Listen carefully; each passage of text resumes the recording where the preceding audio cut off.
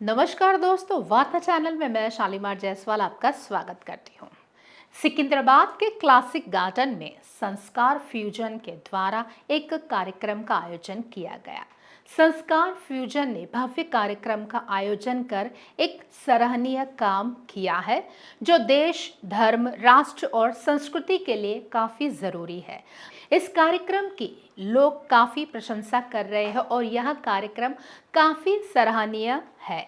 संस्कार फ्यूजन ने भारत को एकता के सूत्र में पिरोने का काम किया है। संस्कार फ्यूजन कार्यक्रम के दौरान सभी ने काफी सुखद अनुभव किया है। संस्कार फ्यूजन के फाउंडर भरत चांडा जी ने कहा है कि इस तरह के कार्यक्रम का उद्देश्य संस्कारों को जोड़ना व आज की जो युवा पीढ़ी है उन्हें सही मार्गदर्शन की काफ़ी आवश्यकता है। संस्कार फ्यूजन ने रील्स के माध्यम से युवा को अपनी परंपरा व संस्कृति से जोड़ने का काफ़ी अच्छा काम किया है और सफल भी हुए हैं। तो आइए देखते हैं इस कार्यक्रम की एक झलक।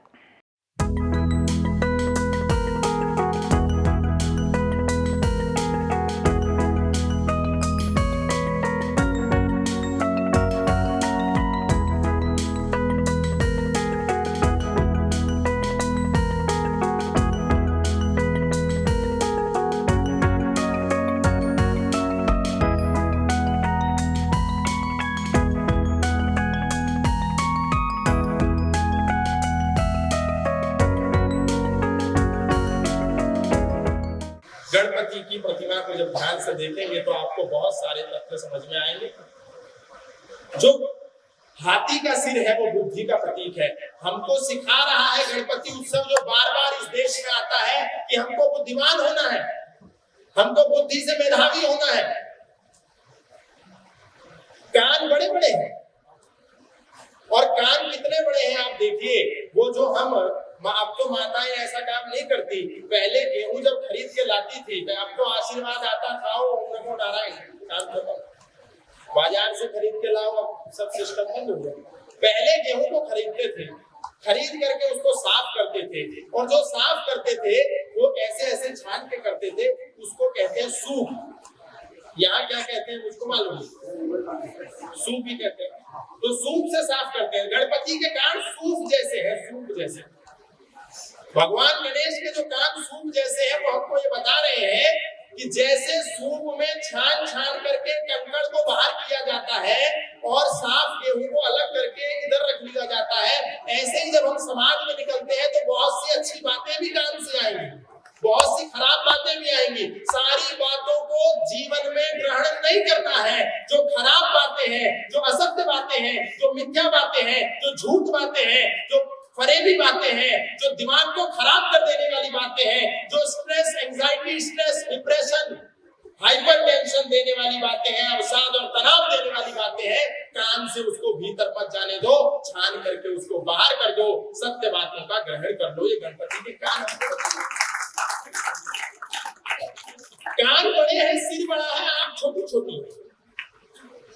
वो हमको ये सिखा रही है कि व्यक्ति को जीवन में सूक्ष्म दृष्टि रखनी चाहिए, व्यक्ति को जीवन में दूर दृष्टि रखनी चाहिए।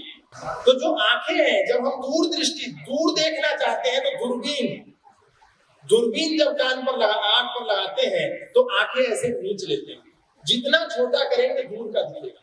गणेश हमको सिखा रहे हैं कि हमें दूर दृष्टा होना चाहिए, दूर देखना चाहिए। चिंतन हमारा ऐसा होना चाहिए कि हम आगे का सोचें, हम त्वरित देखते हैं, अभी क्या मिला। भरत चांडा जी ने कार्यक्रम किया, मुझे माला नहीं पहनाई, अभी का सोचते हैं।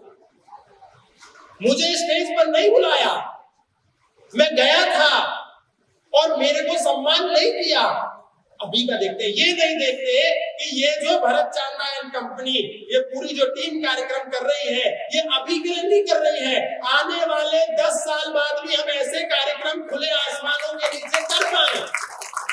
ये दूरदृष्टि है, ये हम नहीं देखते। इसलिए गणपति हमको कहते हैं कि दूरदृष्टि, तीक्ष्ण दृष्टि, सूक्ष्म दृष्टि हमको अपने जीवन में रखनी चाहिए। सारे भगवान चाहे हनुमान हो, चाहे शिव हो, चाहे राम हो, चाहे कृष्ण हो, किसी का पेट बाहर नहीं है। सबके सिक्स पैक ऐप बने हैं, सबके पेट फ्लैट है, लेकिन गणपति दुनिया में एकमात्र ऐसे देवता हमको दिखाई दे रहे हैं जिनका पेट इतना बड़ा है। वो हमको शिक्षा दे रहे हैं, वो हमको सिखा रहे हैं कि रहस्यों को पेट में दबा लो, रहस्यों को बाहर मत बताओ। हम बहुत प्यार से अपने दोस्तों की बातें, उनके सीक्रेट्स, उनके रहस्य सुन लेते हैं, लेकिन 4 लोगों में जाकर के उसको बोल देते हैं। इसीलिए बहुत सारे लोग कहते हैं कि महिलाओं के पेट में बात नहीं पचती। इसका मतलब क्या है? बात कोई पेट में थोड़ी पचती है, कोई भोजन थोड़ी है कि जो डाइजेस्ट होता है। एक उदाहरण है ये कि पेट में बात को दबा लें। इसीलिए जो गणपति जी का बड़ा पेट है वो हमको ये शिक्षा देता है कि हमको रहस्यात्मक बातों को दबा करके रखना है। असली मित्र कौन है? पापान निहार्यति योज्यते हिताय गुह्यं च गुह्यति गुणान् प्रकटीकरोति आपत गति न च जहाति ददाति काले सन्मित्र लक्षणमिदं प्रवदन्ति सर्वा। पापान निहार्यति, पापों का जो निवारण करे, वो मित्र नहीं है कि अरे एक पैग लगा ले कुछ भी नहीं होगा, पी ले एक लेकर के देख कुछ भी नहीं होगा, वो मित्र नहीं है। पापान निवार्यति, पीता भी हो तो उसको छुड़ा दे।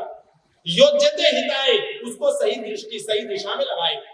गुह्यं च गुह्यति, गुप्त बातों को गुप्त रखे। और गुणान प्रकटीकरोति, गुणों का प्रकटीकरण करे, गुणों को संसार में बताए। इसी प्रकार गुह्यं च गुह्यति, गुप्त बातों को गुप्त रखना है। ये गणपति का जो बड़ा पेट है ये हमको शिक्षा है, इसको हमें समझना चाहिए। और जो सूंड है वो हमको शिक्षा देती है कि हमको शक्तिशाली भी होना है और सरल भी होना है। कैसे? सूंड इतनी सॉफ्ट होती है हाथी की, अगर आपने देखी हो, इतनी कोमल होती है, लेकिन यदि हाथी बिगड़ जाए तो उसी सूंड से व्यक्ति को पकड़ करके उसकी हड्डियों का कुचुम्बर भी बना सकता है। यानी गणपति भगवान हमको कह रहे हैं कि व्यक्ति को सरल होना है लेकिन कायर नहीं होना है, सरल होने के साथ साथ शक्तिशाली भी होना है। लेकिन हिंदू समाज ही समझने को तैयार नहीं। गणपति भगवान के हाथ में पहले एक गराती होती थी, फरसा जैसा चक्र हुआ करता था, रस्सी हुआ करती थी, एक हाथ से आशीर्वाद था, एक हाथ में लड्डू था, किसी किसी में 6 हाथ है तो उसमें 2-4 और हथियार एक्स्ट्रा हुआ करते थे। और अब आप किसी भी लगभग अधिकतम गणेश के पंडाल में जाएं तो आपको लड्डू मिलेगा एक हाथ में, एक हाथ में मोदक मिलेगा, एक हाथ में आशीर्वाद मिलेगा, एक हाथ में कमल मिलेगा। किसी में धनाती नहीं, किसी में हथियार नहीं, किसी में चक्र नहीं, किसी में गदा नहीं। और इसीलिए जब गोल टोपी वालों की भीड़ गणपति पंडाल की ओर भागती है तो गणपति पंडाल वाले उनसे लड़ते नहीं, वो आगे आगे भागते हैं, गोल टोपी वाले पीछे पीछे भागते हैं। अगर गणपति के हाथ में फरसा होता, दराती होती, तलवार होता, चक्र होता, गदा होता, तो गणपति पंडाल वाले भागते नहीं बल्कि टोपी वालों के पीछे भागते और टोपी वाले आगे भागते। लेकिन हमने चीजें बदल दी, बस लड्डू रह गया गणपति के हाथ में और फरसा गायब हो गया, चक्र गायब हो गया, गदा गायब हो गया, हथियार सब गायब हो गया। ये हमको गणपति से सीखना है। दूसरा और अंतिम जो विशेष बात है वो है गणपति का टूटा हुआ दांत। ये टूटा हुआ दांत हमको ये प्रेरणा देता है कि हमको अपने अहंकार को पीछे रखना है, अहंकार पर विजय करनी है, बड़े लक्ष्य हेतु व्यक्तिगत अभिमान का त्याग करना है। ये एक दांत उनका हमको सिखा रहा है कि यदि अपने को पीछे रख करके कोई बड़ा लक्ष्य, समाज का लक्ष्य, राष्ट्र का लक्ष्य हम साध सकते हैं तो हमको वो साधना चाहिए। गणपति के पूरे इस व्यक्तित्व में, पूरे चरित्र में, पूरी आकृति में, पूरे चित्र में हमको इतनी बड़ी प्रेरणा है, लेकिन हमको ये समझ में नहीं आता। रस्सी है उनके हाथ में, किसी देवता के हाथ में रस्सी नहीं है। आपने देखी कि नहीं रस्सी? नहीं देखी? आना तो बोलो, देखी है कि नहीं देखी? जोर से बोलो। नहीं देखी। कितने लोगों ने देखी? एक बार हाँ वाले बोलो। इसका मतलब जिन्होंने देखी उन्होंने ध्यान से देखा, जिन्होंने नहीं देखी उन्होंने केवल गणपति बप्पा मोरिया और आगे क्या है, मंगल मूर्ति मोरिया। ये तो अब खत्म हो गया है। आडा लड्डू चोरिया तो फिर भी ठीक था, ये तो इतने आगे बढ़ गए, गणपति बप्पा मोरिया परेशान करे मुझे छोरिया।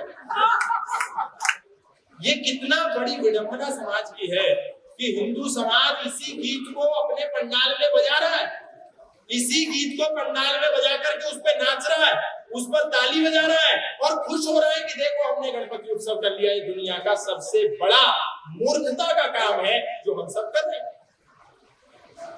तो जो हाथ में रस्सी है वो हमको बता रही है कि हमको मर्यादा की रस्सी में बंधे रहना है, मर्यादा से बाहर नहीं जाना है।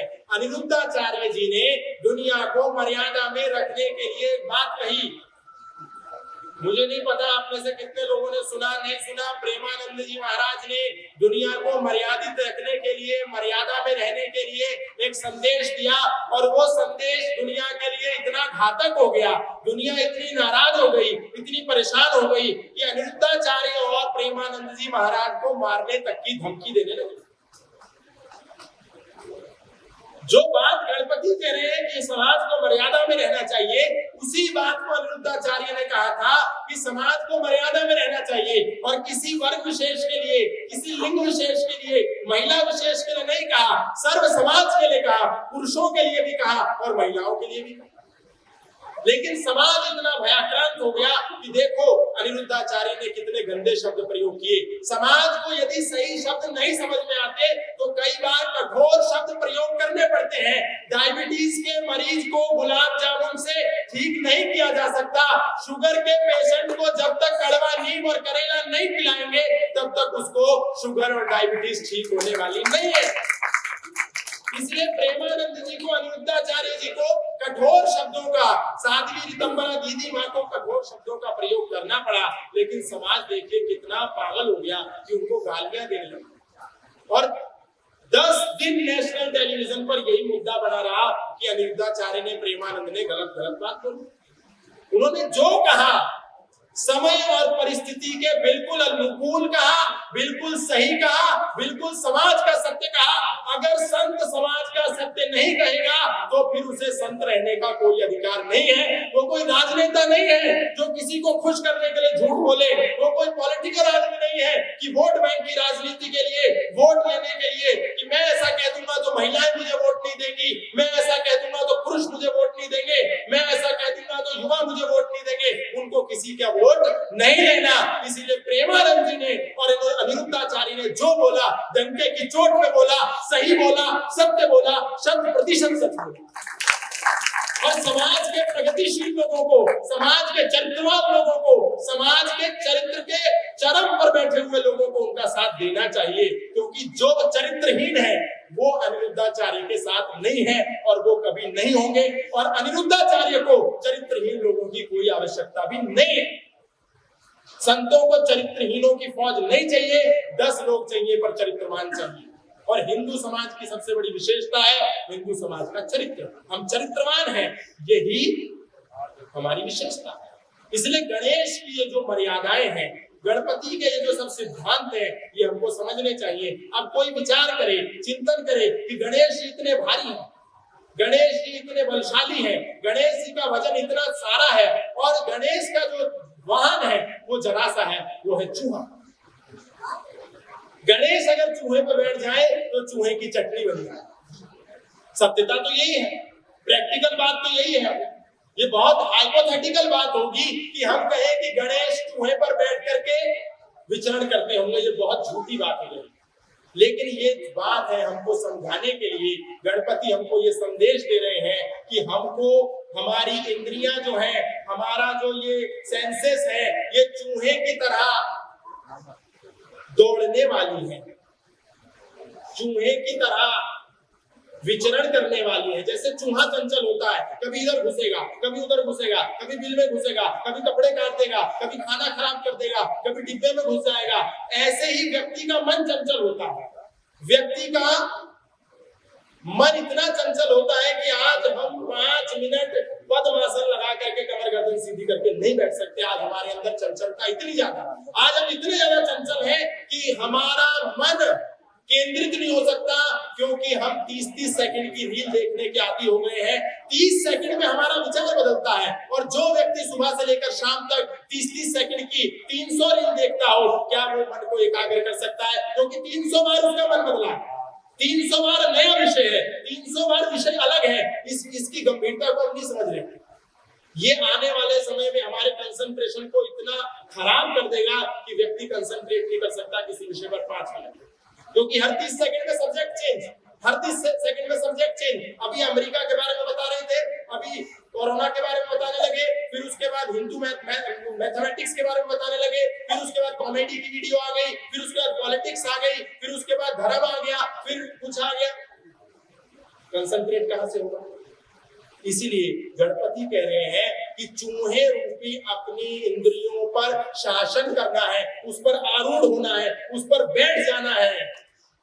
जैसे चूहा चंचल होता है, हमारा मन चंचल है, हमारी इंद्रियां चंचल है। अभी गुलाब जामुन खा लो, डायबिटीज है, गुलाब जामुन खा लो। महिला को बीमारी है, गोलगप्पे खा लो, टिक्की खा लो, चाट खा लो।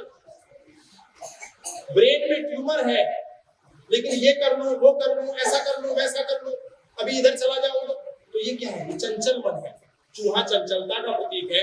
हमको चंचल मन पर आरूढ़ होना है, बैठना है, शासन करना है। जैसे गणेश भगवान चंचल रूपी चूहे के ऊपर आरूढ़ होकर के बैठे हुए हैं। ये संदेश है हिंदू समाज के लिए, हम इसको समझना नहीं चाहते। और जो ये काम कर लेता है, बात को पेट में पचा लेता है, अच्छी बातों को सुनता है, बुरी को छोड़ देता है, बुद्धि से बुद्धिमान होता है, दूरदृष्टि रखता है, अहंकार को नीचे रखता है, शक्तिशाली भी होता है, उसी के पास रिद्धि भी रहती है, उसी के पास सिद्धि भी रहती है, उसी के पास प्रॉस्पेरिटी रहती है, उसी के पास सक्सेस रहता है। ये गणपति का सबसे बड़ा उदाहरण है।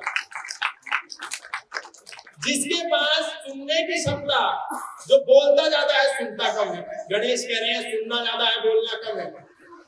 जिसके पास ये होगा, जिसके पास अहंकार कब्जे में होगा, जिसका इंद्रियां कब्जे में होंगी, जिसकी बुद्धि तेज होगी, जिसकी दृष्टि सूक्ष्म होगी, जिसका मन एकाग्र होगा, और जिसका इस मन रूपी चंचलता पर शासन होगा, उसी के पास रिद्धि रहेगी, उसी के पास सिद्धि रहेगी, उसी को सक्सेस मिलेगी, उसी को प्रॉस्पेरिटी मिलेगी। गणपति इतना बड़ा संदेश दे रहे हैं, और हमने इतने बड़े मैसेज को, इतने बड़े संदेश को हमने इतना संकुचित कर दिया कि बस भोग लगाओ, परिक्रमा करो, डीजे बजाओ, नाचो, और फिर नाच करके वापस अपने घर पर चले जाओ, और अगले बरस तू जल्दी आ गणपति बप्पा।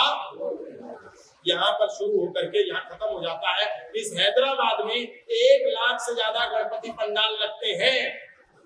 लाखों गणपति पंडाल पुणे में लगते हैं, लाखों गणपति पंडाल मुंबई में लगते हैं, लाखों गणपति पंडाल बेंगलोर में लगते हैं, लाखों गणपति पंडाल देहरादून में लगते हैं, लाखों गणपति पंडाल पटना में लगते हैं, लाखों गणपति पंडाल दिल्ली में लगते हैं, लाखों गणपति पंडाल हिमाचल में लगते हैं, लाखों गणपति पंडाल पंजाब में लगते हैं। लेकिन करना क्या है ये हमको समझ में नहीं आ रहा है। सन 1893 में गणपति को सार्वजनिक मंच पर कौन लेकर के आया? बाल गंगाधर तिलक लेकर के आए। क्यों लेकर के आए? नाचने के लिए, गाने के लिए, गीत गाने के लिए, एंटरटेनमेंट करने के लिए नहीं, क्योंकि उस समय देश गुलाम था, उस समय देश अंग्रेजों के अधीन था, और वो चाहते थे कि हिंदू समाज को एकत्रित करना है तो धर्म के आधार पर, संस्कृति के आधार पर ही हम उनके अंदर राष्ट्रवाद की भावना को जागृत कर सकते हैं। इसीलिए सबसे पहले 1893 में गणपति को सड़क पर लेकर के आए। 1947 में हम आजाद हो गए, 2025 में हम आजाद हैं। आज गणपति की जरूरत क्या है? सार्वजनिक मंचों पर जरूरत नहीं है क्या? जरूरत है, लेकिन नाच और गाने के लिए नहीं है। जरूरत है यहाँ एकत्रित होकर के गणपति के सही सही स्वरूप को समझने की। जरूरत है सार्वजनिक गणपति उत्सव की, लेकिन धर्मांतरण से अपने हिंदू समाज को हमको कैसे रोकना है, धर्मांतरण से हमारे लोगों को कैसे बचाना है, इस पर चिंतन करने की। हमको ये सोचना है कि कैसे गणपति पंडाल से हम इस भारत को लव जिहाद रूपी जहर से आजादी दिला सकते हैं, ये आज सोचने की जरूरत है। हमको आजादी आज समाज को दिलानी है। आज भी हम आजाद नहीं। आज भारत गुलाम है जातिवाद का, भारत गुलाम है छुआछूत का, भारत गुलाम है ऊंच नीच का। इससे हमको आज आजाद होने की आवश्यकता है। अगर ये पंजाब में होने वाले, पुणे में होने वाले, मुंबई में होने वाले, हैदराबाद में होने वाले, आसाम में होने वाले और दिल्ली में होने वाले सारे गणपति पंडाल का एक विजन बन जाए, ये 25,000 करोड़ रुपया जो हम पानी में, नाली में बहा देते हैं, ये 25,000 करोड़ रुपया जो गणपति उत्सव के नाम पर इस पूरे देश में नाली में बहा दिया जाता है, इसको हम सार्थक रूप से उपयोग कर सकते हैं यदि इसका विजन लेकर के पर्पसफुली हम करें, जैसे हमारे आदरणीय चांदा जी ने किया, जैसे संस्कार फ्यूजन ने किया, इन सब लोगों ने किया। क्या ये हम नहीं कर सकते? भले इन्होंने स्पर्धा की, लेकिन ये स्पर्धा, इसको मैं कंपटीशन नहीं मानता, ये कोलैबोरेशन है, ये कोऑपरेशन है, ये सुस्पर्धा है। नाम भले ही आपने इसको कंपटीशन का दिया हो, पर ये कंपटीशन नहीं है, ये कोलैबोरेशन है, ये कोऑपरेशन है। और इसी कोऑपरेशन और कोलैबोरेशन को हथियार और कंपटीशन भी मान लीजिए, लेकिन ये गुड कंपटीशन है, हेल्दी कंपटीशन है, सुस्पर्धा है। इस सुस्पर्धा को हथियार बना करके यदि हम धर्म का प्रचार कर लेंगे तो हम कहां से कहां पहुंच जाएंगे, और नहीं करेंगे तो ये 10 साल हम गणपति उत्सव और मनाएंगे, 10 साल हमारा और नाच गाना चलेगा, 10 साल हमारे और पंडाल लगेंगे, और 10 साल बाद आपको एसएसपी आदेश नहीं देगा, आप सार्वजनिक गणपति उत्सव नहीं कर पाएंगे, क्योंकि एसएसपी एक अब्दुल होगा, एक जिहादी होगा, और वो आपका कार्यक्रम नहीं होने देगा। ये सत्य है। आज भारत में महुआ और मेवात में कोई गणपति उत्सव नहीं कर सकता। आज भारत में केरला में जहाँ शंकराचार्य का जन्म हुआ, वहाँ कोई गणपति उत्सव नहीं कर सकता। आज इस बंगाल के मुर्शिदाबाद में कोई गणपति उत्सव नहीं कर सकता। आज दिल्ली के शाहीन बाग में कोई गणपति उत्सव नहीं कर सकता। जब वहां नहीं कर सकता तो इस बात का क्या उदाहरण है कि कल हैदराबाद में कोई गणपति उत्सव करेगा। और हैदराबाद का तो व्यक्ति, आपको पता है कि यहाँ पर कौन बैठा है, बकरे की अम्मा कब तक खैर मनाएगी। अब बकरों के राज में हम गणपति उत्सव अगर कर लेंगे तब तक कर सकते हैं जब तक हम थोड़ा सा उनसे वो 49 है और हम 51 है। जिस दिन हम 49 हुए और वो 51 हो गए, उस दिन ये हमारे सारे गणपति पंडाल धरे के धरे रह जाएंगे। ये जितने भी हमारे करोड़पति लोग हैं, इंडस्ट्रियलिस्ट लोग हैं, बिजनेसमैन हैं, व्यापारी हैं, इनका 200 करोड़, 500 करोड़, 1000 करोड़, 1000, 10,000 करोड़ ये किसी के काम आने वाला नहीं है। हम सबको भ्रम है कि हम पैसे वाले हैं, हम इंडस्ट्रियलिस्ट हैं, हम व्यापारी हैं, हम कॉर्पोरेट हैं, हम उद्योगपति हैं, हमारा इसमें क्या हो सकता है। अरे कोठी बंगले वाले भी राहत शिविरों में पड़े रहे। 7 लाख कश्मीरी पंडित कश्मीर से भगा दिए। ये हमारा भ्रम है कि हमारे पास पैसा है, हमारा कुछ नहीं बिगड़ेगा। 7 लाख कश्मीरी पंडित कश्मीर से भगा दिए। तिलक लगाने वालों के भी होश ठिकाने लगा दिए। माँ को काटा, बहन को लूटा, वो चुपचाप खड़े रहे। कोठी बंगले वाले भी राहत शिविरों में पड़े रहे। अरे हिंदुओं, बहती सागर से यदि हम पतवार उठा लेते, 7 लाख में से केवल 100 ही हथियार उठा लेते, दुश्मन की छाती पर जाकर सीधे ही तन जाते हम, और केवल उस दिन की खातिर ही परशुराम बन जाते हम, तो पाक का झंडा ना होता इस हिंदुस्तान की माटी में। वैदिक धर्म की जय के नारे लगते कश्मीरी घाटी। लेकिन हमारा 200 करोड़ काम नहीं आया, 500 करोड़ काम नहीं आया, 1000 करोड़ काम नहीं आया, और आगे भी काम नहीं आएगा। कितनी इमारतें हो, मर्सिडीज हो, BMW हो, बड़ी बड़ी अट्टालिकाएं हो, कुछ काम नहीं आएगा। हम सोचे कि हम सोने का छतरा ले जाएंगे, मंदिर में जाकर के चढ़ाएंगे। इस देश का व्यापारी वर्ग यही करता है। करते रहो, इससे कुछ भी होने वाला नहीं है। ये दुनिया का एक कड़वा झूठ है, और हमने ये भूलें करी है। ऐसी बहुत सी भूलें इस समाज में हुई है।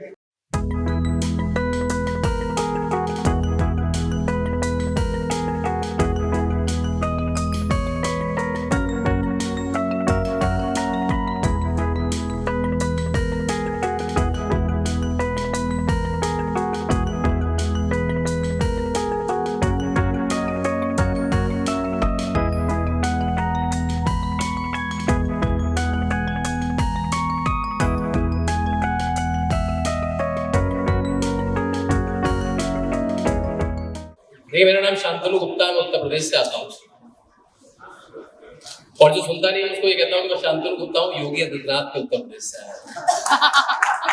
श्री राम की जन्मभूमि से आया, श्री कृष्ण की जन्मभूमि से आया, तो पहले जय श्री कृष्ण, जय श्री राम। देखिए, लोग विषयों पे पीएचडी करते हैं। मैंने एक व्यक्ति पे पीएचडी करी है, मतलब पीएचडी करी नहीं है लेकिन रिसर्च करी है। पहले उनके बारे में दो बातें से शुरू करूंगा, योगी आदित्यनाथ जी के बारे में।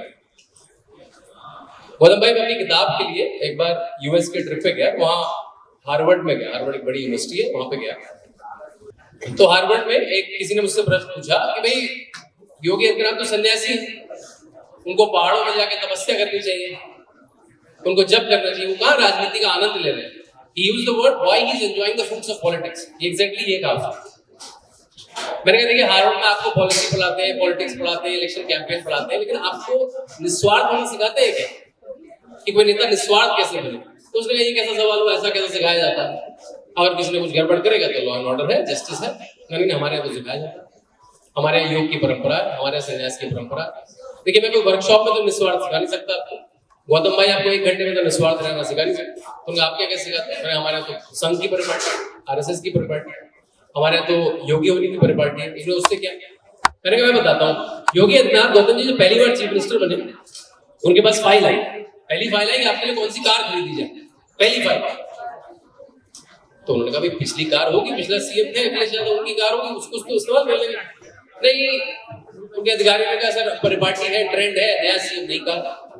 उन्होंने कहा नहीं, मुझे पुरानी कार से हो जाएगा। उन्होंने कहा नहीं सर, नया सीएम नहीं कहा, ऐसा ही होता। मायावती जी ने 1 करोड़ की लैंड क्रूजर दिलवाई, अखिलेश यादव ने 2 मर्सिडीज दिलवाई 7 करोड़ की। तो आप बताइए, और ये 1 करोड़ 7 करोड़ हमको बड़ा लगता है, उत्तर प्रदेश के 7-8 लाख करोड़ के बजट में तो ये 0.0001% भी नहीं होता। तो योगी आदित्यनाथ कई चीजों में क्रोध आ जाता है, उन्हें लगता है आपको पैसे खर्च करने का बहुत मन, कार वही चलेगी जो पिछली थी। और अगर आपको पैसे खर्च करने का मन है तो अपने जेब से 250 रुपए खर्च करिए, भगवा टावल लेके आइए, भगवा तौलिया लेके आइए, और उस कुर्सी पे लगा दिए इसमें मैं बैठूंगा, जिससे वो भगवा टावल मुझे भगवा तौलिया याद दिलाता है कि मैं त्याग करने के लिए बैठा हूं। मेरे लोग कार खरीदते ना कि मैं कार। पहली बात। दूसरी बात, उन्होंने क्या करा भरत भाई, क्योंकि वो तो सरकार में थे नहीं पहले, उन्होंने क्या करा, बल्कि ये आप भी कभी नए सीईओ बने बच्चे जो है नया धंधा देखे, तो उन्होंने पिछले 10 साल के बजट पढ़ने शुरू कर दिए। क्योंकि बजट के बिना कोई सरकार नहीं, मैं कुछ भी कह के चला जाऊं यहाँ से, मुख्यमंत्री है कोई कह के जनता, उसके लिए बजट नहीं तो क्या कर पाएगा। तो 10 साल के एक एक करके उन्होंने बजट पढ़ने शुरू कर। पिछली सरकारों में होता क्या वादा किया जाता था, क्या खर्च होता था। अब उनको एक लाइन आइटम मिला, यहाँ पे कोई वो है सीए है, कोई ऑडिटर है, उनको एक लाइन आइटम मिला जो उनको समझ में नहीं आया ये क्या है। हर बजट में उन्होंने अपने प्रिंसिपल सेक्रेटरी फाइनेंस को बुलाया, ये क्या आइटम है, मैं आइटम बताऊंगा आपको, थोड़ा सा सस्पेंस बना रहा। ये क्या आइटम है सर, तो पिछले साल भी था सर, तो उसके पिछले साल भी था, फिर देखा 10 साल 20 साल में था पुरानी फाइल। वो पुराने बाबू बुलाया गया, छोटे बाबू जो तो आईएएस ऑफिसर तो बदलता रहता है, बाबू जो 30 साल से था, उनने बताया। अच्छा पहले हेडर का नाम सुन लीजिए, हेडर था income tax payment of chief minister ministers of UP. समझे कि यूपी के चीफ मिनिस्टर का और मिनिस्टर का इनकम टैक्स उत्तर प्रदेश सरकार पे करती है। ये बड़ा अटपटा है। ऐसी होती है टैक्स फ्री सैलरी होती है केवल यूएन में, रेड क्रॉस में, जो विवादित क्षेत्रों में काम करते हैं, तो इंसेंटिव देने के लिए, यहाँ मरने की स्थिति बहुत होती है, अफगानिस्तान में काम कर रहे हैं, रवांडा में काम कर रहे हैं, तो आपकी इनकम को टैक्स फ्री कर देते हैं, ऐसा इंसेंटिव देते हैं। हम तो टैक्स फ्री इनकम ले रहे हैं। तो सर वीपी सिंह याद है आपको? आप सबको वीपी सिंह याद है? वो उत्तर प्रदेश के मुख्यमंत्री थे, उत्तर प्रदेश से आते हैं, 2.5 साल में उत्तर प्रदेश के मुख्यमंत्री थे। तो वीपी सिंह जी को लगता था कि मंत्री बड़े गरीब हैं, मुख्यमंत्री गरीब है, तो उनका टैक्स उत्तर प्रदेश सरकार को देना चाहिए। और किसी ने कभी देखा नहीं, किसी ने कभी बजट पढ़ा नहीं, वो जाता रहा, कुछ करोड़ों का बजट होता जाता रहा। उन्होंने इतना क्रोध आया, उन्होंने चपरासी उस समय पानी देने का, ये भी टैक्स देता है, मेरा प्रिंसिपल सेक्रेटरी भी टैक्स देता, मैं टैक्स नहीं पे कर सकता। हमारे मंत्री जी बैठे, आप टैक्स नहीं पे कर सकते? अब मंत्री जी को क्या बोलना था, हाँ सर बिल्कुल कर सकते हैं। और उन्होंने बुलाया और किसी से गवर्नमेंट ऑर्डर जारी करा, और आपको जान की खुशी होगी पिछले 8 साल से उत्तर प्रदेश की सरकार, उसके मुख्यमंत्री और उसके मंत्रियों का टैक्स पे नहीं है। मैंने हार्वर्ड वाले से पूछा सिखाएंगे क्या, ये सिखाएंगे क्या हार्वर्ड में? और आज मेरा उत्तर प्रदेश बदल गया है। मेरा उत्तर प्रदेश नंबर 1 होता था मिर्जापुर जैसी पिक्चरें बनवाने के लिए, गुंडागर्दी में। आज मेरा उत्तर प्रदेश नंबर 1 है जीडीपी में। उत्तर प्रदेश नंबर 1 है, जितनी कंपनियां रजिस्टर होती हैं, दिल्ली से ज्यादा कंपनियां उत्तर प्रदेश में रजिस्टर होती हैं। आज मेरा उत्तर प्रदेश है एक्सप्रेस वे प्रदेश। नरेंद्र मोदी ने कहा कि एक्सप्रेस वे, सबसे ज्यादा एक्सप्रेस वे मेरे उत्तर प्रदेश में, जो माना जाता था कि सड़क का और गड्ढे का। और सबसे बड़ा बदलाव तो 22 जनवरी को देखा हम लोगों ने 2024 में, जब प्राण प्रतिष्ठा हुई, मैं एनडीटीवी के साथ कमेंट्री कर रहा था भरत भाई, वहीं पे रामघाट राम की पैरिया, और कितनों का अयोध्या जाना हुआ है, मंदिर कितनों ने देखा है, पुराना वाला टेंट कितनों ने देखा था। अब आपको ये बात और समझ में आएगी जिम बोलने जा रहा हूं कि उत्तर प्रदेश बदला कैसे है। बिजली आ गई, इन्वेस्टमेंट आ गया, वो तो बदल गया। लड़कियां रात में चल सकती हैं, पुलिस में कंप्लेंट होती है, अतीक अंसारी अब जहां पे होना चाहिए नहीं, पहले वो संसद हुआ करता था, विधानसभा हुआ करता था, वो ऊपर की विधानसभा है, वो तो है। लेकिन मेरे उत्तर प्रदेश में जो बदला है, मैंने जब प्राण प्रतिष्ठा हुई तब देखा, जो मंदिर देखा वो सबने देखा, रामलला की मूर्ति सबने देखी, मैंने क्या देखा। मैं एनडीटीवी के साथ कमेंट्री कर रहा था और बड़ी सी स्क्रीन लगी थी, नदी के बीच नाव को लगाई, उसमें देख रहे थे हम लोग सब, नरेंद्र मोदी जी पूजा कर रहे थे, मोदी जी पूजा कर रहे थे, सब पंडितों पूजा कर रहे थे, मूर्ति नहीं दिख रही। तो मूर्ति दिखी, धीरे धीरे धीरे धीरे हमने सबने मूर्ति देख ली। मेरे साथ अमीश त्रिपाठी भी थे, अगर आप लोग जानते हो तो किताबें लिखते हैं, हम लोग कमेंट्री कर रहे थे एनडीटीवी पे। थोड़ी देर रुक गई कमेंट्री, अब सबकी आंखें भर गई वो मूर्ति देखने, और उसी समय एकदम हेलीकॉप्टर उतरा और वो हेलीकॉप्टर सब पे पुष्प वर्षा करने लगा, गुलाब के फूल लाल लाल लाल लाल फेंक सब पे फेंक रहा था, ब्राह्मणों में फेंक रहा था, वो शूद्रों में फेंक रहा था, वो दलितों में फेंक रहा था, सब पे फेंक रहा था। वो चुन चुन के नहीं आ रहा था किसी पे ब्राह्मणों में फेंकने के, वो सब पे गिरने लगा। और मैं राम की पैरी के पास था, वहां पे नदी पे बिल्कुल लाल लाल लाल लाल लाल लाल हो गया, एक जो तट था सरयू का वो लाल हो गया।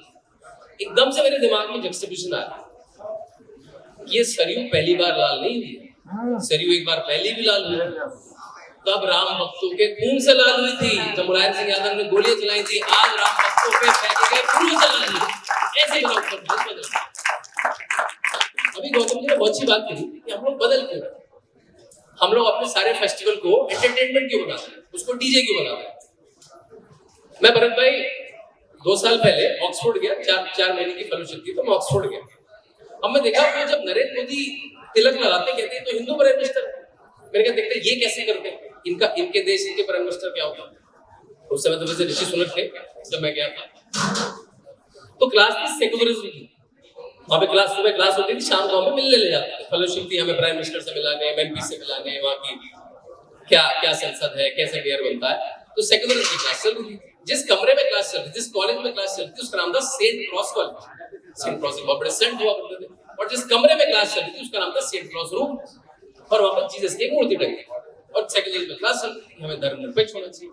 तो एक टीचर थे, गोरी टीचर थी, मैंने कहा कि मतलब इस कमरे में सेकुलर क्लास को जम नहीं, पर ऐसे मैंने उंगली करी इधर, मैंने ऐसे कहा, मैंने कहा I think the secular class, the topic of secular is not shooting this room, मतलब यहाँ पे आपने जीसस टांग रखे तो मैं क्या सेकुलर बोलूं, या तो सारे टांग देते तो मैं फिर बात करता। तो उन्होंने कहा नहीं आप डिबेट को छोटा करें, इस कमरे की बात नहीं है, मतलब उन्होंने मुझे थोड़ा किया था, तुम छोटे बच्चों को ये this is not about this room, this is larger debate.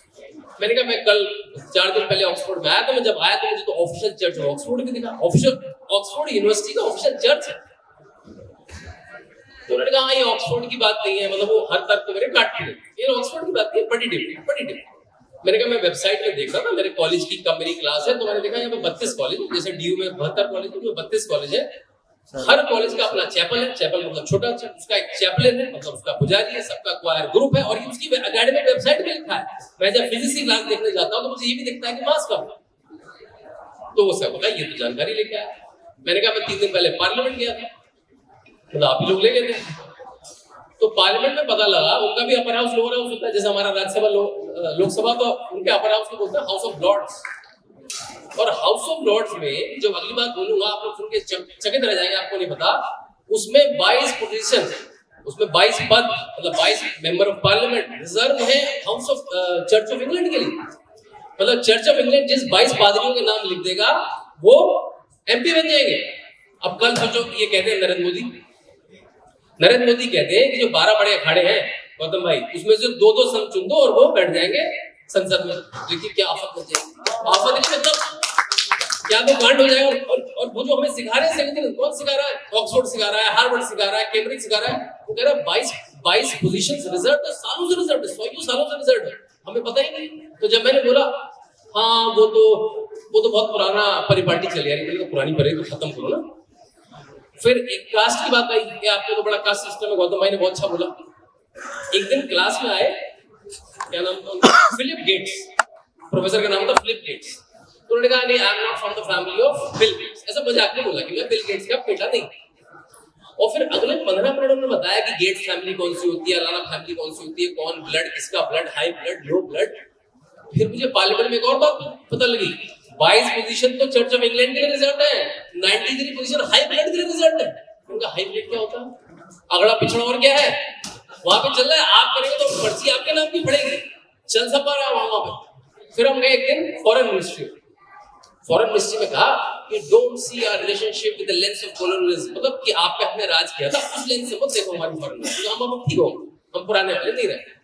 अब मैं ट्रफालगर स्क्वायर से होते, आप में से कोई लंदन गया हो तो ट्रफालगर स्क्वायर बड़ी जगह है, ट्रफालगर स्क्वायर से चलता हो गया तो फॉरेन मिनिस्ट्री वही पास में, और वहां पे ट्रफालगर स्क्वायर में बड़े बड़े बुत लगे, बड़े बड़े वॉइसरॉय के, बड़े बड़े लॉर्ड्स के फोटो लगे, मतलब बड़े बड़े बुत बने।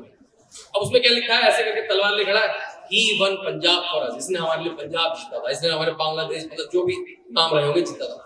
मैंने कहा वहां तो आप सेलिब्रेट कर रहे हैं कॉलोनियलिज्म, और यहाँ पे कह रहे हैं मुझे कम्युनिटी लेंस से मत देखो।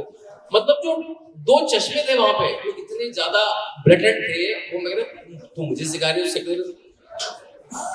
अमेरिका जाओ, वहां पे शपथ होती है, आपने किसी प्रेसिडेंट की शपथ देखी है वहां? ट्रम्प की शपथ देखिए, बाइडेन की शपथ देखिए, जरूर देखिए, अगर इन लोगों को और गौर से देखिए, उनकी शपथ किस पे होती है? बाइबल पे। हमारे शपथ किस पे होती है? लेकिन हम सेक्युलर नहीं, वो लोग सेक्युलर। और देखिए ये तो चलो शपथ है, अमेरिका के 300 करीब प्रेसिडेंट हो चुके हैं, हर प्रेसिडेंट की शपथ में वॉशिंगटन डीसी वहां की कैपिटल है, वहां पे एक चर्च है खास, उस चर्च में 25 मिनट की सेरेमनी होती है, पूरी पादरी साहब झाड़ फूक करते हैं वहां जाने से पहले। और अगर हम नरेंद्र मोदी अगर पार्लियामेंट के पहले पूजा कर ले तो है तो हो जाती है, पूजा कैसे होगी तो सेक्युलरिज्म, तो सेक्युलरिज्म वहां पे पूरा चल रहा है। उसी यूनिवर्सिटी के बगल में हार्वर्ड में हमको सिखा रहे हैं तुम सेक्युलरिज्म रहो, लेकिन अपने पूरा चल रहा है।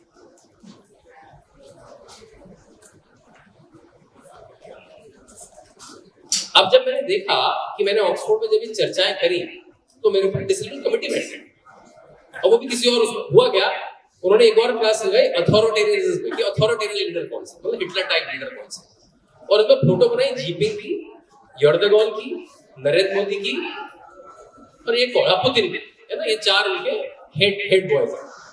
और नरेंद्र मोदी की कौन सी फोटो लगाई, सोचो कौन सी फोटो लगाई हुई? आर्मी ड्रेस में। अब आर्मी ड्रेस में क्या लगता है आपको कि मिलिट्री का coup हो गया, मिलिट्री का शासन आ गया। तो मैंने प्रोफेसर पूछा आपने आर्मी वाली फोटो क्यों लगाई है, तो उसने बोला जस्ट कोइंसिडेंस। मैंने कहा नरेंद्र मोदी की मैंने फोटो ढूंढी, पहले 10 पेज में तो गूगल में फोटो आनी रही है, आपको कोइंसिडेंस कहां से हो गया, आपने सोच के लगाई है फोटो, वो आर्मी वाली फोटो लगाई है। आर्मी की ड्रेस कब पहनते हैं वो पता है आपको? नहीं। मैंने कहा पिछली 10 दिवालियों में, हर दिवाली में हम लोग तो अपने घर में मिठाई खाते हैं, गुजिया खाते हैं, पटाखे जलाते हैं, वो कहाँ जाते हैं, कभी जैसलमेर के बॉर्डर में जाते हैं, कभी लद्दाख के बॉर्डर में जाते हैं, कभी चीन के बॉर्डर में जाते हैं, कभी असम के बॉर्डर में जाते हैं, तब वो आर्मी की ड्रेस पहनते हैं। और आपने किसी प्रतीक में लगाया, आपने लगाया कि ये तो एक अथॉरिटेरियन शासक, ये सही है क्या? तो कोई नहीं, आप अपनी टीवी की डिबेट यहाँ मत करिए, हमको पता था मैं टीवी पैनलिस्ट हूँ, आपने टीवी की डिबेट यहाँ मत करिए। और मैंने भी बोला, उन्होंने भी कुछ बोला, थोड़ी चिल्ला हो गई क्लास में, मेरे ऊपर डिसिप्लिन कमेटी बैठ गई, और पूरे 5 दिन चली, वो 5 दिन मुझे क्लास में नहीं आने दिया। पर उसी दिन जब 5 दिन खत्म हुई तो दिवाली थी, मैं जब गया था तो ठंड में गया था, दिवाली थी, तो दिवाली का डिनर होता है वहां पे, तो देखिए त्योहार तो होते नहीं, वो लोग बहाने ढूंढते हैं मिलने के, क्योंकि मिलने का वो बहाना ही नहीं है उनके पास, दारू पीनी है उनको, दारू पीनी है, वो अंडा मांस मछली खाना। तो दिवाली का उन्होंने कहा दिवाली का डिनर होगा, उसके पैसे लेके, वहां पे डिनर भी पैसे लेके होता है, वहां पे अगर आपको मैं आपके घर बुलाऊं तो पैसे ले लूंगा, वहां पे हर चीज पैसे ले सकते, पूरी ट्रांजैक्शन सोसाइटी। तो 20-20 पाउंड जमा करो, सब आ गए, सब के आ गए, उसमें से 300 लोगों में से 20-25 भारतीय होंगे। तो वहां पे क्या होता है, जब भी कोई ऐसा डिनर होता है तो आपको हैरी पॉटर पिक्चर देखी किसी ने, तो लंबी लंबी टेबलें होती है, उसमें आप बैठ जाते हैं, खाना सर्व होता है, बहुत लंबी लंबी यहाँ से वहां तक की टेबलें लगी होती है, वो लंबी लंबी, उसमें आपको पूरा टीम टाम के साथ खाना दिया जाता है, दारू वारू पड़ी होती है, खाना आ जाता है, उसमें वेज नॉन वेज का आपकी स्टिकर लगा होता है, जो आपने ऑप्ट किया वो खाना मिल जाता है। अब खाने से पहले ग्रेस पढ़ा जाता है, ग्रेस मतलब एक क्रिश्चियन हाइम है, क्रिश्चियन चैंट है, वो पढ़ा जाता है, और वो ग्रीक होता है, समझ में भी उनके भी नहीं आता ना, हमारे तो बिल्कुल नहीं आता, उनके भी नहीं आता। अब मैं ऐसा एक डिनर अटेंड कर चुका था, मतलब दिवाली का नहीं, कुछ और का, जहाँ पे एक हथौड़ा सा लेते हैं लकड़ी का, डम डम डम, गॉड गॉड कुछ करके पूरा चलता है। अब वो मुझे हथौड़ा दिख गया, मैंने कहा होने वाला है। अब मैंने कहा क्यों, हम लोग फेलोशिप में गए थे तो कोई स्ट्रिंग सेंटेंस नहीं थी, कोई पीएचडी नहीं थी, कोई हमारी पीएचडी रोक देगा, फॉरेन यूनिवर्सिटी से गए थे तो कोई रोक भी नहीं सकता। तो मैंने कहा चलो कुछ खेला जाए, तो मैं उनके पास गया, मैंने कहा will we sing the Christian grace, तो क्रिश्चियन सुन के डर गई, मैंने ग्रेस के पहले क्रिश्चियन लगा दिया। मैंने कहा will be sing the Christian grace हम आज करेंगे। तो उसने कहा हाँ ये तो हर खाने से पहले होता है, ऑप्शन खाने से पहले। तो वो हिंदू बच्चे खड़े थे, मैंने कहा तो हिंदू स्टूडेंट्स में टेक ऑफेंस, जबकि उन हिंदू बच्चों को कुछ दिक्कत नहीं थी, वो दारू पीने आए थे उनको, मैंने लेकिन उनको इस्तेमाल किया, मैंने खड़े हैं सर दस के, मैंने कहा तो हिंदू स्टूडेंट में टेक ऑफेंस। तो वहां पर इससे डर जाते हैं लोग, लीगल थोड़ा सा बोल दो कि ये डर जाएगा, वो ग्रुप डर जाएगा, ये माइनॉरिटी ग्रुप है, उससे डर जाते हैं लोग। तो वो थोड़ी आगे पीछे हो गई, वो डीन की केट नाम था उसका। उसने कहा अच्छा ओ फिर क्या करें, ग्रेस नहीं पढ़े? मैंने कहा हिंदू ग्रेस पढ़ी। हिंदू ग्रेस क्या होता है? मैंने कहा होता है हमारे यहाँ भोजन मंत्र सदियों से पढ़ा था, आपके यहाँ तो नया होगा। फिर वो अंदर बाहर करा, उसने इससे पूछा उससे पूछा, फिर मैं भी इधर हो गया कहीं, और वो बस शुरू होने वाला था, 5-7 मिनट ही बचे तो मेरे पास भागती गई, फिर कौन क्या होता है हिंदू ग्रेस, मैंने पढ़ा है, मैंने दिखा दिया इसको ये होता है, उससे पढ़ाई ना जाए बेचारी से। वो सोच रही थी मैं ही पढ़ूंगी, मतलब वो मैं ऐसे इसका मतलब क्या होता है, इसका कुछ पता है, इसका मतलब क्या होता है, इसका ये मतलब होता है। तो उसने कौन पढ़ेगा, मैंने कहा मैं पढ़ दूंगा। अब मैं भी धोती कुर्ता में था, तो उसने पढ़ी देगा कह रहा है, तो मतलब मैंने कोई मौका ही नहीं छोड़ा उसके बाद। वो कहती नहीं, मेरे को हाँ पता नहीं कौन पढ़ेगा, चलो अगली बार देखेंगे। मैंने कहा मैं पढ़ दूंगा। ओह अच्छा वी विल रीड ओके। तो उसने फिर शुरू करा, अपना हथौड़ा बजाया और बोला कि today is Diwali, good over evil, मुझे उसका स्टैंडर्ड विकिपीडिया का डायलॉग पढ़ दिया उसने, और बोला शांतनु गुप्ता द गुरुकुल फेलो, हमारी गुरुकुल फेलोशिप थी, he will reach the grace। अब मैंने शुरू कर दिया ब्रह्मांड ब्रह्मवी ब्रह्मांगनो ब्रह्मणावतम ब्रह्मवतेन ब्रह्मकर्म समाधेन, और उसका मतलब भी समझा, और पूरा वहां पे ऑक्सफोर्ड में ग्रेस हो गया। अगले दिन वो रील वायरल हो गया, ऑक्सफोर्ड में पढ़ा गया संस्कृत में ग्रेस, योगी आदित्यनाथ के बायोग्राफी में पढ़ा ऑक्सफोर्ड में संस्कृत में ग्रेस। अब देखिए लड़ने वाली बात होती है, अगर नहीं होता तो सबको खाना खा के आ ही जाते, वो ठक ठक ठक ग्रेस होता, वो दाई दू करके गॉड वर्ड करके हम खाना खा के आ जाते, लेकिन बोला तो हुआ। फिर हम एक स्कूल में गए, हमें स्कूल दिखाने लेके जहाँ पर ऋषि सुनक पढ़े, मतलब इसलिए नहीं लगे कि ऋषि सुनक पढ़े, बड़ा फेमस स्कूल है, वहाँ पे बड़े बड़े लोग पढ़े, हमें क्योंकि अच्छी चीजें दिखा, तो बड़ा महंगा स्कूल है, 5 लाख रुपए उसकी फीस है महीने की, जो बड़े से बड़े सेठ के लिए भी मुश्किल है 5 लाख रुपए महीना देना। तो वहां पर उसने वो व्यक्ति जो वहां का प्रिंसिपल था, वो इतना बड़ा आदमी था कि वो इंडिया और अफगानिस्तान का एम्बेसडर रह चुका है। समझ रहे हो, मतलब मैं जयशंकर को स्कूल का प्रिंसिपल बना दूं, मतलब सोचो स्कूल कितना ही नीट होगा, उसको कैसे बच्चे पढ़ते होंगे कि आपको उस स्तर के व्यक्ति को प्रिंसिपल बनाना पड़ा। तो पहले उसने अपने बच्चों के बारे में बताया, मेरे बच्चे क्रिकेट में अव्वल हैं, अलाने में अव्वल हैं, अलाने में। फिर बोला फिर मोदी पे आ गया, उसने बोला Modi is India should be for everyone not only for Hindus, मतलब मोदी का भारत सबके लिए होना चाहिए, हिंदुओं के लिए नहीं। अब जैसे उसने बोला मेरी जेली, मैं कुछ बोले मेरे प्रोफेसर ने कहा यहाँ नहीं है, तो हर क्लास में तुम खिलाते हो, आज मुझे भोपड़ा दी, भोपड़ा तो एम्बेसडर रहा है, ये कहीं मतलब ऑफिशियल है। तो मैं सोच ही रहा था पकड़े, इतना बोल रहा है कहीं तो पकड़ा जाएगा।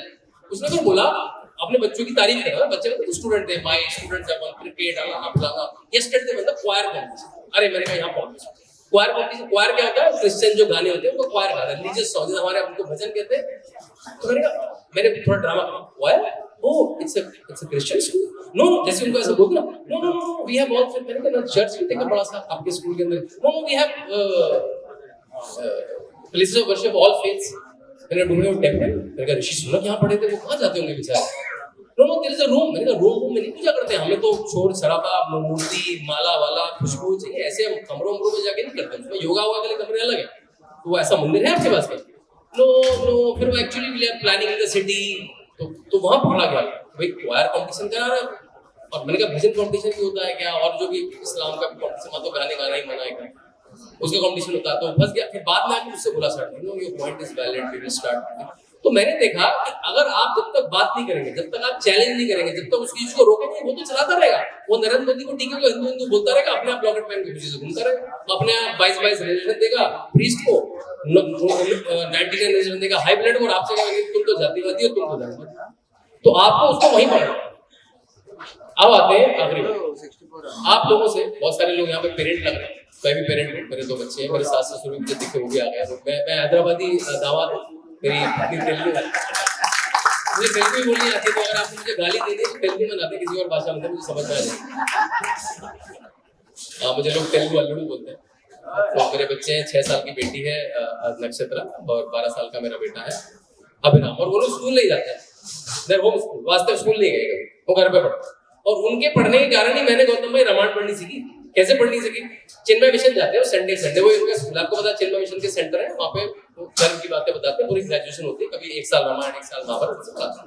एक दिन वो 6-7 साल का था, उसने आगे मुझे बड़ा अच्छा प्रश्न पूछा, बालकांड पता है आपको? बालकांड अंत कहाँ पे होता है? बालकांड अंत होता है राम और सीता के विवाह। विवाह कैसे होता है? धनुष की प्रत्यंचा चढ़ा के, प्रत्यंचा चढ़ाते चढ़ाते वो धनुष टूट भी जाता है, टूटता है तो एक व्यक्ति बहुत क्रोधित होता है। कौन क्रोधित होता है? परशुराम जी क्रोधित होते हैं, मेरे शिव का धनुष किसने तोड़ा। अब यहाँ पे डाउट, बड़ा अच्छा डाउट है मेरे बच्चे का, मतलब 7 साल में जो डाउट आया, मुझे भी डाउट आ सकता था। उसने कहा, अब उसे सिखाया था हमने थोड़े दिनों पहले कि भाई अवतार होते हैं, विष्णु जी के अवतार होते हैं, मत्स्य से लेकर कल्कि आएंगे एक दिन। कल्कि वैसे कल्कि फेमस हो गया बहुत संबल। तो उसने कहा दोनों अवतार साथ में कैसे हो गए? भाई परशुराम भी अवतार है, राम भी अवतार है, उसके दिमाग में तो एक अवतार जाएगा, दूसरा आएगा, दोनों साथ में एग्जिस्ट करते। वही उसका प्रश्न, अच्छा प्रश्न था, और मेरे पास आंसर भी नहीं था कुछ, मैंने कुछ गोल गोल बता दिया उस समय, लेकिन मुझे लगा पता तो होना चाहिए। उसी समय ये वाली किताब लिखा था, द माउंट ऑफ चीपर्स, मेरी सबसे चर्चित किताब, इसी पे फिल्म बनी, इसकी चर्चा हुई। और आपको पता होगा लखनऊ से आप पूरब की ओर चले तो 4 घंटे बाद गोरखपुर आता है, और उसके आधे में अयोध्या। मुझे भी नहीं पता था, मुझे 2017 में पहली बार अयोध्या गया मैं, क्योंकि अयोध्या मुझे जाता नहीं था। अयोध्या तो विवादित जगह थी, आज कोर्ट का वर्डिक्ट आने वाला है, 10,000 पीसी के कैंप लगे, पूरी अयोध्या छापी में तब्दील, यही खबरें आती थी। तो अयोध्या में डरता था आदमी, अयोध्या क्यों जाएगा, वहां पे तो दंगे फसाद होते। तो जब मैं जा रहा था तो आप अयोध्या जब ऊपर से हाईवे से जाएंगे तो अयोध्या में माना जाता है 8,000 मंदिर, और वहां पे आपको छोटी ऐसे गोपुरम दिखेंगे। ये कौन सी जगह है इतनी सुंदर? वहां के मेयर साहब बने थे, नया म्युनिसिपल कॉर्पोरेशन बना दी थी, ऋषिकेश उपाध्याय मेयर थे, मैं उनसे मिलने चला गया। तो वहां पर मैं ट्रेडिशनल स्कॉलर से मिलना शुरू करा, मैंने रामायण पढ़ा, वाल्मीकि रामायण और तुलसी रामायण में क्या अंतर है, कदम रामायण में क्या अंतर है, क्यों रामायण बार बार लिखी गई, 300 से ज्यादा रामायण क्यों हो गए। तो मेरा रामायण में रुचि बढ़ी, वहां से मैंने रामायण शुरू करा, और अब मैं कम से कम 4-5 हजार बच्चों को सामने से ऑनलाइन या फिजिकल 22 देशों में रामायण पढ़ा। और पूरी में 6 से 10 घंटे की क्लास होती है, एक दिन 2-2 घंटे एक कांड पढ़ाया जाता है बच्चों को कि वो क्यों है, क्या है। और इस तरह से मैंने किताब भी बनाई है, इसमें अगर आप देखेंगे तो उसमें पजल, उसमें मतलब वो जो चीजें करते हैं, उनको क्रॉसवर्ड पसंद है तो रामायण की क्रॉसवर्ड, उनको गेम्स पसंद है तो रामायण की गेम, उनको कलाकारी पसंद है तो मधुबनी आर्ट रामायण की, मतलब अपना सामान उनके फॉर्मेट पे पेश करते हैं। क्योंकि वो सब अभी मुरारी बापू को नहीं सुन पाएंगे, वो अभी गौतम खट्टर को नहीं सुन पाएंगे, लेकिन हाँ मेरी किताबें एक तरह से एपेटाइजर सूप की तरह काम करेंगी। हाँ उनकी अच्छा अब ये तो पढ़े और क्या, क्योंकि अभी तो तथ्य लेवल पर, देखिए रामायण बहुत सारे हैं, रामायण को मैं चैट जीपीटी बोलता हूँ, रामायण से आप जो पूछेंगे वो उत्तर मिलेगा। आप सिंपल सा पूछेंगे कि राम के पिता कौन थे, तो वो क्विज वाला को आंसर भी मिल जाएगा। आप पूछेंगे ऐसा क्यों हुआ था, तथ्य क्या था, फिलॉसफी क्या थी, क्यों हुआ था, तो वो तथ्य से लेकर फिलॉसफी तक जाता है। और यही मैं आप लोगों को आज अगर यहाँ पे आया तो एक चीज लेके जाइए, बच्चे का नाम कॉमन है आपका, लेकिन बच्चा हिंदू है नहीं हमारा किसी, ये मानना पड़ेगा आपको। हाथ बच्चों के नाम तो हिंदू रख दिए, लेकिन बच्चा हिंदू है नहीं हमारा किसी। तो सबसे पहले तो प्रतीकों से शुरू करिए, टीका लगाए बिना घर से ना निकले। स्कूल भी भेजिए, चाहे स्कूल में भिजवा दो, क्योंकि स्कूल की किसी रूल बुक में नहीं लिखा है कि टीका नहीं लगाना। यहाँ पे गांधी जी से मेरे बहुत सारे लोग, गांधी जी की एक चीज बड़ी अच्छी थी, गांधी जी जेल में जाते थे सबसे पहले क्या करते थे, जेल का मैनुअल उठाते थे और पढ़ते थे रोटी कितनी, 3 रोटी मिलनी है, इतनी सब्जी मिलनी है, फिर कहते हैं उतनी रोटी मिली। तो आपके स्कूल के किसी भी मैनुअल में नहीं लिखा है कि टीका नहीं लगाना है, कलावा नहीं पहनना है, कड़ा नहीं पहनना है, मेहंदी नहीं लगानी, किसी रूल में नहीं लिखा। स्कूल के लिखा हो किसी में तो वहां छोड़ दीजिए, बच्चे को टीका लगा के भेजिए, बच्चे को माला बनाइए, कोई लॉकेट बनाइए, उसमें राम जी हो, उसमें कृष्ण जी हो, उसमें जो आपको लगा भगवान हो, सबसे पहले प्रतीकों को शुरू करिए, क्योंकि बच्चा फिर वो जानेगा ना क्यों पहना है। पहले तो प्रतीक है, उसको मंत्र याद करवाइए, हनुमान चालीसा याद करवाइए, रोज सोने से पहले गा के सुबह उठ के, सुबह नहा के, हमारे घर में हमारी बेटी सबको टीका लगाती है सुबह। अब उसको भी नहाना, जो उसके नहीं लगता टीका, जिसके नहीं नहाया, तो घर में थोड़ी शेमिंग हो जाती है कि भाई 10 बज गए तुम नहाए भी नहीं, अच्छा आपके टीका आप नहाए, तो आपको लगता है पूरे घर में सब नहाए। यहाँ से शुरू करिए। उसके बाद अगर घर के पास छोटा मंदिर है तो रोज जाइए, थोड़ा बड़ा मंदिर है तो हफ्ते में एक बार बिल्कुल विधिवत रूप से मंदिर जाइए, महीने में एक बार किसी बड़े मंदिर, किसी बड़े तीर्थ लेके जाइए, उसकी कहानी सुनाइए, देखिए और अच्छे से टूर करिए। आप लोग सब धनाढ्य लोग हैं, अच्छे से जाइए, अच्छे होटल में रहिए, देखिए उसकी कहानी सुनिए, पुजारी के साथ बैठिए, वीआईपी दर्शन करिए, जो करना है उसको 4 माह में क्यों कर रहा है उसकी कहानी सुनाइए, ऐसे किसी विद्वान से मिलिए, उसकी कहानी सुनिए, उसकी मूवी देखिए। आपकी तो अगर आपको तेलुगु आती है तो तेलुगु से ज्यादा आपको नहीं पता होगा गौतम भाई, क्योंकि पत्नी मेरी बताती है जो पौराणिक कथाओं पे मूवी बनी है वो तेलुगु से ज्यादा किसी में नहीं बनी। यहाँ पे कम से कम 300 से ज्यादा एनटीआर में लोग भगवान ही मानते हैं, ये तो एनटीआर भगवान है।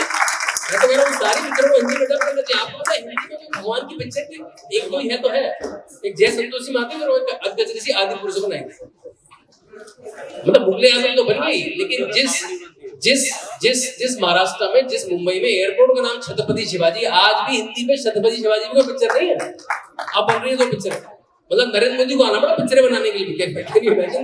झांसी की रानी बोलते रहते, झांसी की रानी में वो पिक्चर नहीं थी, आज कंगना रनावत को पिक्चर बनानी पड़ी।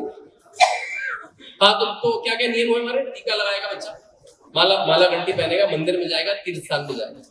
और बच्चों के लिए बोरिंग मत बनाइए, है ना? बोरिंग हो गया ये ले जाते हैं रोज उठा के वहां पे। उसके सोचिए कैसे चार्म आएगा, प्रसाद से चार्म आएगा, तो प्रसाद से, पूजा से आएगा, तो पूजा से कुछ परफॉर्म करना है उसको कि भाई मंत्र सुनाएगा, जिससे भी चार्म आएगा। उसके लिए बोरिंग मत बनाइए, नहीं तो फिर वो लगेगा ये तो डिसिप्लिन है पिताजी का, जब तक आपके चंगुल में वो करेगा नहीं तो छोड़ देगा। तीसरा जो सबसे इंपॉर्टेंट है, जब तक वो आपकी एक तरह से गिरफ्त से जा रहा है, मतलब 18 साल के बाद तो हाथ में मोबाइल आ गया, कॉलेज में चला गया, क्या पता शहर से भी दूर चला गया, तब तक वो रामायण महाभारत गीता, कम से कम ये 3 जो हमारे काव्य महाकाव्य ग्रंथ है, इनका केवल ज्ञाता नहीं, इनका फिलोसोफर बन जाए। और इससे केवल धर्म को फायदा नहीं, उसको खुद को फायदा होगा। कि देखिए आप चाहे कोडर बन जाए, चाहे फार्मासिस्ट बन जाए, चाहे आईएएस ऑफिसर बन जाए, चाहे आप लेखक बन जाए, आपके जीवन में समस्याएं तो हैं, और समस्याओं का समाधान है रामायण। समस्याओं का समाधान है आपकी व्यक्तिगत, समाज धर्म सब छोड़ दीजिए, आपके व्यक्तिगत जीवन की समस्याओं का समाधान रामायण है, महाभारत है, गीता। उसके लिए संबल बन के खड़ा रहेगा, उसके खुद के लिए। और फिर जो भी वो काम करेगा, तो जो भी वो, चाहे वो बिजनेस करेगा, चाहे वो आईएएस ऑफिसर होगा, चाहे वो नेता होगा, वो रामायण के हिसाब से चलेगा, वो राम के हिसाब से चलेगा, वो कृष्ण के हिसाब से चलेगा, वो युधिष्ठिर के हिसाब से चलेगा, वो हनुमान जी के हिसाब से चलेगा।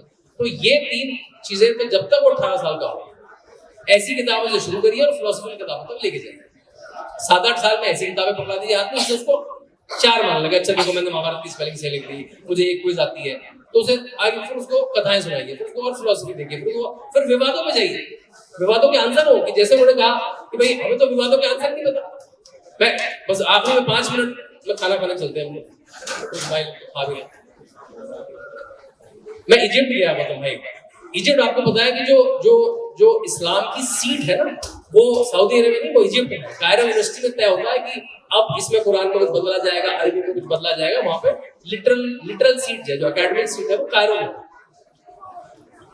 तो वहां पे 99% लोग मुसलमान हैं, तो मेरा गाइड भी मुसलमान है, कुछ अब्दुल हादी लोग था, अच्छा लड़का था, उसने घुमाया हमें, 7-8 दिन था, क्रूज में हमारे साथ था। उसने एक बार रात में, अकेला उसके साथ था, पत्नी के रूम पे थी, तो उसने मुझे कन्वर्ट करना शुरू कर दिया। अरे उसने मुझे कन्वर्ट करना शुरू कर दिया। और मैं इजराइल से आया था, तो उसने कहा से आ रहे हैं, मैंने इजराइल से आ रहे हैं, इजराइल तो बड़ा नरक देश है, इंग्लिश में जो भी बोलो। और उसने मुझे बोलना शुरू कर दिया, उसे हिंदू धर्म के बारे में इतना पता था, मैं तो चकित रह गया। उसने यहाँ पर टीका क्यों लगाते? अब ऐसी मेरी आज जैसी मेरी जिज्ञासा है, मेरी पढ़ाई नहीं थी, तो 20 साल पहले की बात है जब मैं गवर्नमेंट में था, मतलब मुझे कुछ उत्तर नहीं था मेरे पास। वो अब ये क्यों करते हैं, वो क्यों करते हैं, मेरे पास कोई उत्तर नहीं था। मतलब मेरे पास एक ऐसा कारण नहीं था कि मैं हिंदू क्यों हूँ। सच में बता रहा हूँ, मेरे पास एक ऐसा कारण नहीं था मैं हिंदू क्यों हूँ, और मेरे पास एक ऐसा कारण नहीं था मैं इस्लाम कबूल क्यों ना करूँ। 20 साल पहले ऐसी हालत थी मेरी। और मेरे ख्याल से अगर आप दिल पे हाथ रखें तो आप में से बहुत से ऐसा है कि आपके पास कारण नहीं है, क्योंकि आप हिंदू परिवार में पैदा हो इसलिए हिंदू है। आपके पास कभी ऐसा भूखे ऑप्शन नहीं दिया गया था कि हिंदू बनोगे, मुसलमान बनोगे, तो आपने पिघलने में हिंदू बनोगे, ऐसा कुछ नहीं था। या आपने वो चूज करा कि मैं अच्छा हिंदू में अच्छा इसमें अच्छा नहीं मैं हिंदू हूं, ऐसा कुछ नहीं हुआ आपके साथ, क्योंकि आप हिंदू परिवार में पैदा हुए, आपके पास कभी ऑप्शन नहीं था, हिंदू रह गए और जानकारी आपने मिली नहीं। बताया गौतम भाई की इतनी सारी चीजें हमें तो उत्सव क्यों मना रहे हो ही नहीं पता। तो जब वापस आया तो मैंने अपनी पढ़ाई शुरू करी। ये बात है 2003-4 की, जब मैं पहली बार विदेश गया। तो शुरू हुई वो विकिपीडिया से, फिर पहुंची फिर वो गीता प्रेस गोरखपुर। अब तो मैं गीता प्रेस गोरखपुर का मेंबर ही बन गया हूँ, जाकर सारी किताबें घर आती जाती हैं। वो तो तीर्थ है मेरे ख्याल से ना, अगर वो ना होते तो मेरे ख्याल से किताबें घर घर पहुंच ही ना पाती। आपको पता भी नहीं होगा आपके घर में जो आरती की किताब रखी है वो गीता प्रेस गोरखपुर की किताब सबके, अगर नहीं भी मालूम होगा कि वो कौन है, क्योंकि हमारे गोरखपुर में तो हम लोग थोड़ा उसका थोड़ा प्राउड फील करते। क्या बात कर रहा था मैं, थोड़ा भटक गया। बच्चों में था, इजिप्ट से आया तो ऐसे हुआ, पर वो तो सजा गया, हम लोग नहीं सजा। तो अगर आप रामायण महाभारत और गीता इसमें प्रश्न कर देंगे, तो 18 साल का बच्चा आपका पहुंचेगा, चाहे विदेश में पहुंच जाए, चाहे वो केरला में पढ़ने पहुंच जाए, उसको कोई गाइड कन्वर्ट नहीं कर पाए। और उसके बाद आंसर होगा कि सीता को वनवास क्यों दिया, उसके बाद आंसर होगा कि सीता की अग्नि परीक्षा क्यों हुई, उसके बाद आंसर होगा कि श्री रामचंद्र ने पीछे से छुप के क्यों मारा था बाल को। आप तो कहते हैं यार बाल ने पीछे से मारा था, वो मर्यादा तो हुए कैसे। इसके सबके तार्किक उत्तर है बहुत अच्छे। और बल्कि इससे, और हमारे यहाँ तो देखिए कोई ईश निंदा कोई है ही नहीं। हम तो, मुझे याद है आज से 10 साल पहले रामकृष्ण में जोक मारा करते थे। आजकल हम थोड़ेंगे भाई शत्रु को ज्यादा हो गया हमें तो हम रुक गए। तो आप तो डिबेट करिए, हमारे तो डिबेट शास्त्रार्थ की कोई दिक्कत नहीं है, करिए जितना करना करती है। लेकिन उसका मूल क्या है, उसका मूल है कि सत्य निकल गया। बच्चा डिबेट इसी टॉपिक पर होनी चाहिए। आप आपके डिनर टेबल पे, ब्रेकफास्ट टेबल पे, लंच टेबल पे यही चर्चा होनी चाहिए। एक आखिरी बात के साथ खत्म करूंगा। 8 साल पहले मैंने, ये सच में आखिरी बात, मैंने कई बार आखिरी बात बोली, 8 साल पहले मैंने ये पुस्तक लिखी थी।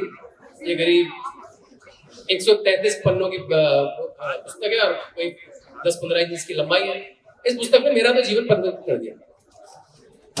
क्यों परिवर्तित कर दिया? ये पुस्तक बहुत चर्चित हो गई, ये पुस्तक बड़े बड़े फेस्टिवल में जाने लगी, इसने मुझे सारे राज्य घुमा दिए, Jaipur literature festival, Goa literature festival, Karnataka literature festival, Goa, सब जगह हो गया, विदेशों में घुमा दिया, हार्वर्ड, ऑक्सफोर्ड, एनयूएस, सब जगह होया। अभी छोटी सी किताब पूरे 2.5 घंटे की मूवी बन गई, और उसका अगर ये थोड़ी देर वाली कुर्सियां हटा के, क्योंकि कुर्सी टेबल हटा देंगे तब तक आप मेरे जाने के बाद आप लोग बैठे रहिएगा, उसका 1 मिनट का टीजर हम आपको दिखाएंगे। उसका कुछ ऐसा पोस्टर है।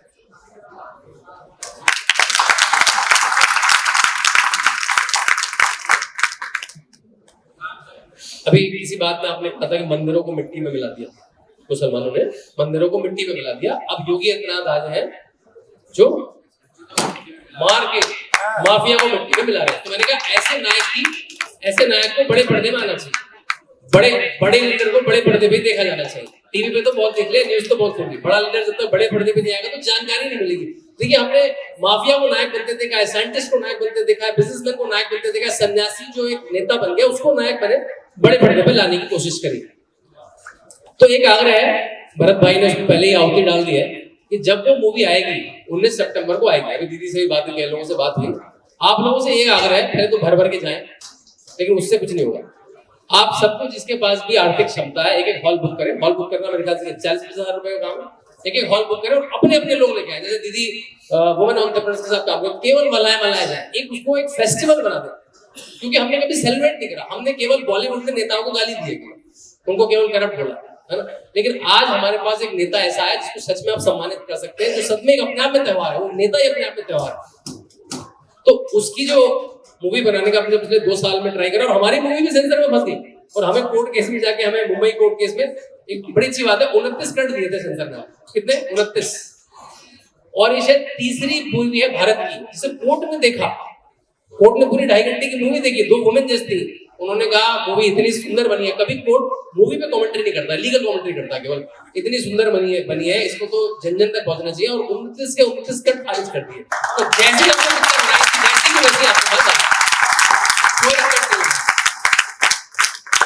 तो इसी बात के साथ कि आप लोग जो भी स्पॉन्सर कर सकते हो शो, हम लोग कोशिश करेंगे कि उसके एक्टर है, उसमें परेश रावल है, उसमें निरहुआ है, उसमें गरिमा सिंह है, उसमें पवन मल्होत्रा है, उसमें मैं भी हूँ, मेरा भी आधे मिनट का रोल है। वो एक पत्रकार का रोल था, एक्टर टाइम से नहीं आया, तुम भी टीवी में बहुत ज्ञान देते हो, आओ तुम एक्टिंग करो। मैंने रह कर एक्टिंग करना बड़ा मुश्किल काम है भाई, मतलब स्पॉन्टेनियसली बोलना और वो एक रटा डायलॉग बोलना जहाँ 300 लोग आपके सामने खड़े हो, 36 कैमरे लगे, वो बड़ा मुश्किल होता है। तो मेरा भी आधे मिनट का रोल है। आप मुझे अगर अवार्ड काटा नहीं होने तो होपफुली वो होगा तब तक वहाँ पे। तो अगर आप लोग शो स्पॉन्सर कर सकते हैं तो बड़ी संख्या में जाए, और जो भी हो उसके रील डालें, क्योंकि जो पहला वीक होता है, जो पहला फ्राइडे सैटरडे संडे होता है, वो मूवी के लिए बहुत इंपॉर्टेंट है। इसी के साथ बहुत बहुत धन्यवाद। जय श्री राम, जय श्री कृष्ण।